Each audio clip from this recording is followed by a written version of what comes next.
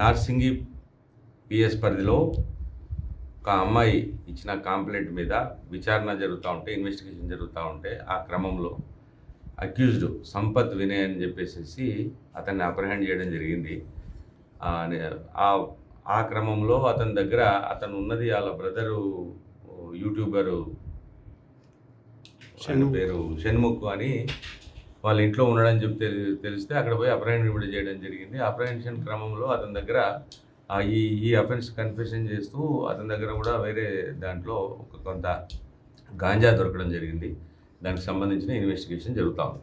అంటే అమ్మాయి ఏమని కంప్లైంట్ ఇచ్చేసి, అమ్మాయి తనను పెళ్లి చేసుకుంటాను అని చెప్పేసి నమ్మించి తనను ఉపయోగించుకొని తర్వాత వదిలేసి వేరే అమ్మాయిని పెళ్లి చేసుకున్నాడు అనే దాని మీద బేసిక్ కంప్లైంట్.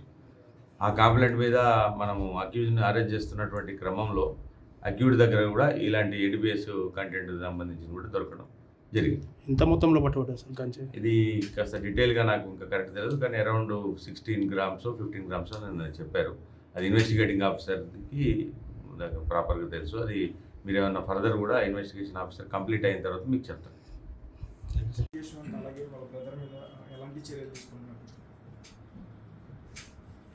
చట్టపరమైన చర్యలు తీసుకోవడం జరుగుతుంది. అట్లా ఉండదు. అది మీరు ఇప్పుడు జస్ట్ బ్రీఫ్ ఏంటంటే ఎఫ్ఐఆర్ రిజిస్టర్ అవుతుంది. ఆ ఎఫ్ఐఆర్ రిజిస్టర్ అయిన దాని ప్రకారంగా ఇన్వెస్టిగేషన్ ప్రొసీడింగ్లో భాగంగా అప్రహెన్షన్స్ ఉంటాయి.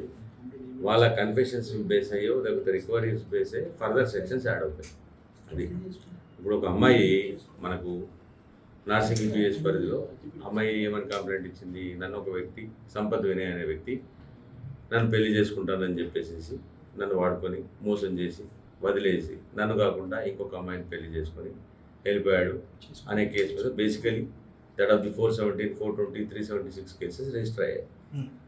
ఆ ఇన్వెస్టిగేషన్ క్రమంలో భాగంగా అట్టి వ్యక్తి ఒక ప్రాంతంలో ఉన్నాడని చెప్పి తెలిసి ఇన్వెస్టిగేటింగ్ ఆఫీసర్ అక్కడికి వెళ్ళగా ఆ క్రమంలో అతని దగ్గర కొంత గాంజా కూడా ఉన్నట్టు తెలిసింది.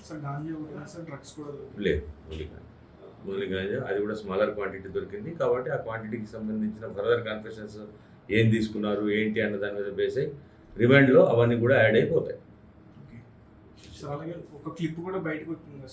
ఇంకా basically I'm not the investigating officer here in this particular case. ఈ కేసుకి సంబంధించిన ఇన్వెస్టిగేటింగ్ ఆఫీసర్ దగ్గర నుంచి ఇంకా ఫీడ్బ్యాక్ తీసుకోవాలి. ఫర్దర్గా ఏదైతే క్రిమినల్ కంటెంట్ వస్తుందో ఆ కంటెంట్కి సంబంధించిన సెక్షన్స్ యాడ్ అయ్యి ఎవరైనా అక్యూజ్డ్ జైలుకి వెళ్తారు. ఒకవేళ బెయిలబుల్ సెక్షన్స్ ఉన్నాయనుకోండి, 41 ఇచ్చే సెక్షన్స్ అయితే 41 ఇస్తారు. అది 7 సంవత్సరాల నేరానికి సంబంధించిన లోపల ఉండి బెయిల్ ఇవ్వదగినవి ఉంటే అవి 41 ఇచ్చి పంపించి తర్వాత ఫర్దర్ ఛార్జ్ షీట్ వేస్తారు. 7 సంవత్సరాల కంటే ఎక్కువగా ఉన్న సెక్షన్స్ అయితేనేమో డైరెక్ట్గా రిమాండ్ వెళ్ళిపోతారు. అది ఓకే.